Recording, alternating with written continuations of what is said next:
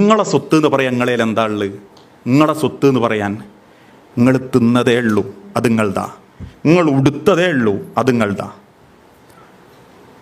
പിന്നെ നിങ്ങൾ അള്ളാഹുവിൻ്റെ മാർഗത്തിൽ കൊടുത്തതേ ഉള്ളൂ. അപ്പം നിങ്ങൾ ചോദിക്കും, അങ്ങനെയാണേ എൻ്റെ അവിടെ ഉള്ള ഒരു 10 സെന്റ് ഉണ്ടല്ലോ, ഇവിടെ ഉള്ള ഒരു 3 മുറി കട ഉണ്ടല്ലോ, മോളെ പേരിൽ 150 പവനുണ്ടല്ലോ, അത് അനന്തര സ്വത്താ.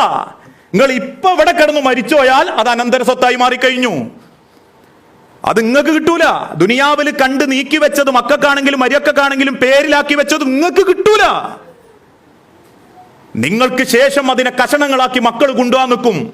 ഞാൻ ഇവിടെ ഇങ്ങനെ ആലോചിക്കുക, എനിക്ക് ആ നന്മണ്ട റോഡ് സൈഡിലുള്ള 25 സെന്റ് ഇന്റെ തന്നെ, ഇപ്പുറത്തുള്ള 10 സെന്റ് ഇന്റെ തന്നെ, അങ്ങാടിയിലെ 3 മുറി വീട് എന്റെ തന്നെ. ശരി, തിരിച്ചു പോകുന്നത് പെട്ടിന്റെ ഉള്ളിലാക്കി വിമാനത്തിന്റെ അടിയിൽ മയ്യത്തായിട്ടാണെങ്കിൽ ഞാൻ ആ സമ്പാദിച്ചു വെച്ചതൊക്കെ അനന്തര സ്വത്താ.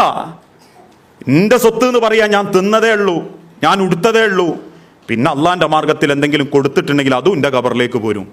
ബാക്കിയുള്ളതൊക്കെ ദുനിയാവിലിൻ്റെ അനന്തര സ്വത്തുക്കളായിട്ട് ഞാൻ സമ്പാദിച്ചു വെച്ചതാ. നമ്മളെ സ്വത്ത് എന്ന് പറഞ്ഞ് നമ്മൾ സ്നേഹിക്കേണ്ടതേ അള്ളാന്റെ മാർഗത്ത് കൊടുക്കുന്നതിനെയാ. അത് നമ്മളെ കൂടെ ഉണ്ടാവും, നമുക്ക് ഉപയോഗപ്പെടുത്താനുണ്ടാവും, പടച്ചവനോട് കണക്ക് പറയാനുണ്ടാകും.